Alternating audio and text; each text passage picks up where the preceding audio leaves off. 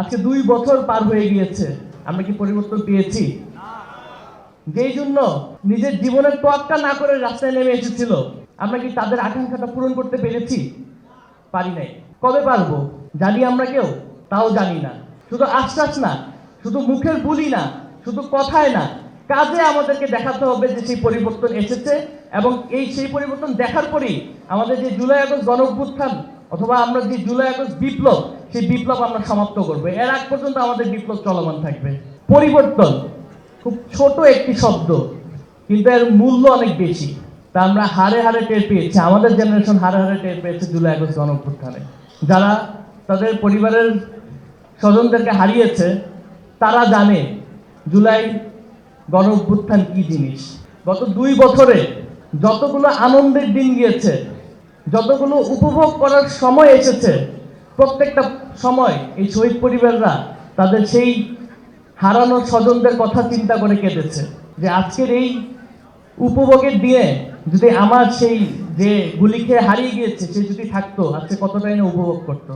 আমি এই কথাগুলো বলছি কারণ জুলাই আগস্ট গণ অভ্যুত্থানের সকলেই নেমে এসেছিল একটা আশায়, নিজের জীবন দিতে রাজি হয়ে গিয়েছিল। সেই আশাটি হলো পরিবর্তন। আজকে 2 বছর পার হয়ে গিয়েছে, আমরা কি পরিবর্তন পেয়েছি? যেই জন্য নিজের জীবনের তোয়াক্কা না করে রাস্তায় নেমে এসেছিল, আমরা কি তাদের আকাঙ্ক্ষাটা পূরণ করতে পেরেছি? পারি নাই। কবে পারবো জানি আমরা কেউ? তাও জানি না। কিন্তু আমরা কি আশা হারাতে পারি?